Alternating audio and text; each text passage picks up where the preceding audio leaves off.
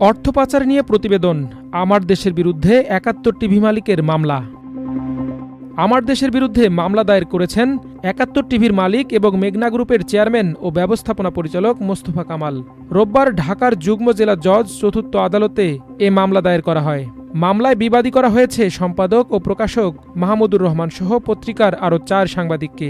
মামলার আর্জিতে বলা হয়েছে, বসুন্ধরা গ্রুপের দ্বারা প্রভাবিত হয়ে দৈনিক আমার দেশ গত ১৭ এপ্রিল ১,০০,০০০ কোটি টাকা পাচারে মেঘনা গ্রুপ শিরোনামে সংবাদ প্রকাশ করেছে। এর মাধ্যমে তাদের প্রতিষ্ঠানের বিরুদ্ধে মিথ্যা, বানোয়াট, কুৎসাপূর্ণ ও মানহানিকর বক্তব্য প্রকাশ করা হয়েছে। সম্পাদক ও প্রকাশক মাহমুদুর রহমান ছাড়াও আমার দেশের বিজনেস এডিটর মিজানুর রহমান, অর্থনৈতিক রিপোর্টার কাউসার আলম, রোহান রাজীব ও ইমদাদ হোসেনকে বিবাদী করা হয়। মামলার আর্জিতে জানানো হয়, এ প্রতিবেদনের মাধ্যমে বাদী ও তার প্রতিষ্ঠানকে ইচ্ছাকৃতভাবে জনসম্মুখে হেয় প্রতিপন্ন করা হয়েছে। এতে তার প্রতিষ্ঠানের মান সম্মান ও ব্যবসায়িক সুনাম চরমভাবে ক্ষুণ্ণ করার মাধ্যমে অপূরণীয় আর্থিক ক্ষতি হয়েছে, যার আর্থিক মূল্যমান ১,০০০ কোটি টাকা। বিবাদীদের কাছ থেকে এ টাকা আদায়ের জন্য মামলা করা হয়েছে বলে উল্লেখ করা হয়। আদালত আগামী ২৩ জুন বিবাদীদের স্বয়ং উপস্থিত হয়ে কিংবা কোনো আইনজীবীর মাধ্যমে মামলার অভিযোগ সম্পর্কে জবাব দেওয়ার নির্দেশ দিয়েছে। হাসিনার বিরুদ্ধে হত্যা, গুমের ৬০৫ মামলা। ছাত্র জনতার অভ্যুত্থানে ৫ আগস্ট ভারতে পালিয়ে যাওয়া শেখ হাসিনার বিরুদ্ধে ঢাকাসহ সারা দেশের থানা ও নিম্ন আদালতে ৬০৫টি মামলা দায়ের হয়েছে। ওইসব মামলার এজাহারে তাকে জুলাই ও আগস্ট আন্দোলনে ছাত্র জনতার হত্যাকাণ্ডের ঘটনায় প্রধান আসামি করা হয়েছে। বেশি মামলা হয়েছে ঢাকা মহানগর পুলিশ ডিএমপির আওতাধীন ৫০টি থানায়। শুধু একটি থানা যাত্রাবাড়িতেই মামলা হয়েছে ১১২টি। এছাড়াও ঢাকার মোহাম্মদপুর, মিরপুর, ধানমন্ডি, ওয়ারী, চকবাজার, উত্তরা পশ্চিম, উত্তরা পূর্ব ও শাহবাগ থানায় প্রায় ১৮৯টিরও বেশি মামলা দায়ের হয়েছে। ঢাকার ৫০টি থানায় তার নামে মোট মামলা হয়েছে ৩৮৮টি। মামলাগুলোর এজাহার পর্যালোচনা করে দেখা গেছে, মামলার ১ নম্বর আসামি পতিত প্রধানমন্ত্রী ও আওয়ামী লীগের সভানেত্রী শেখ হাসিনা। এরপর মামলার আসামিদের সংখ্যায় স্থানীয় এমপি, ওয়ার্ড কাউন্সিলর, আওয়ামী লীগের শীর্ষ নেতা ও পুলিশের ঊর্ধ্বতন কর্মকর্তাদের নাম রয়েছে। কবে শুরু হচ্ছে শেখ হাসিনার বিচার?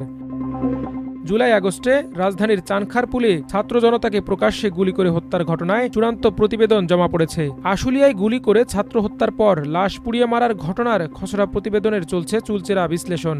কয়েকশো ক্রসফায়ার আর গুমের ঘটনায়ও শেখ হাসিনার সম্পৃক্ততার প্রমাণ মিলেছে।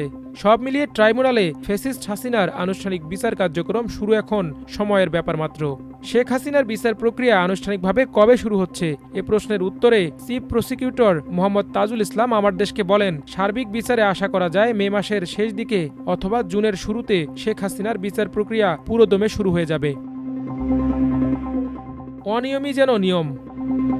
প্রথম প্রজন্মের বেসরকারি খাতের এবি ব্যাংকে অনিয়মে যেন নিয়মে পরিণত হয়েছে। বাংলাদেশ ব্যাংকের নিয়ম ভেঙে চলছে ব্যাংকিং কার্যক্রম।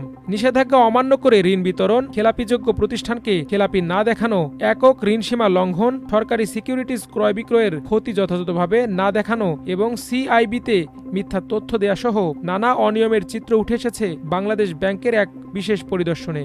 এসব অনিয়মের ফলে ব্যাংক উচ্চ খেলাপি ঋণ ও তারল্য সংকটে রয়েছে বলে জানিয়েছে সংশ্লিষ্ট কর্মকর্তারা। ২০২৪ সালের নভেম্বরে পরিদর্শন শেষে এ বিষয়ে একটি প্রতিবেদন তৈরি করেছে কেন্দ্রীয় ব্যাংকের পরিদর্শন দল। প্রতিবেদনটি আমার দেশের হাতে এসেছে। এভারেস্ট আরোহণ বদলে যেতে পারে চিরদিনের জন্য। মাউন্ট এভারেস্ট রোমাঞ্চপ্রিয় মানুষের জন্য গন্তব্য। পৃথিবীর এ সর্বোচ্চ চূড়া জয়ের নেশায় নেপালে ছোটেন অনেকেই। কেউ কেউ সফল হন, আবার কারো জীবন প্রদীপ নেভে এ বরফের রাজ্যে। এসব ভ্রমণ পিপাসুদের এভারেস্ট যাত্রা সহজ করতে ড্রোনের ব্যবহার শুরুর পরিকল্পনা করছে এয়ারলিফট নেপাল নামের একটি স্টার্টআপ কোম্পানি।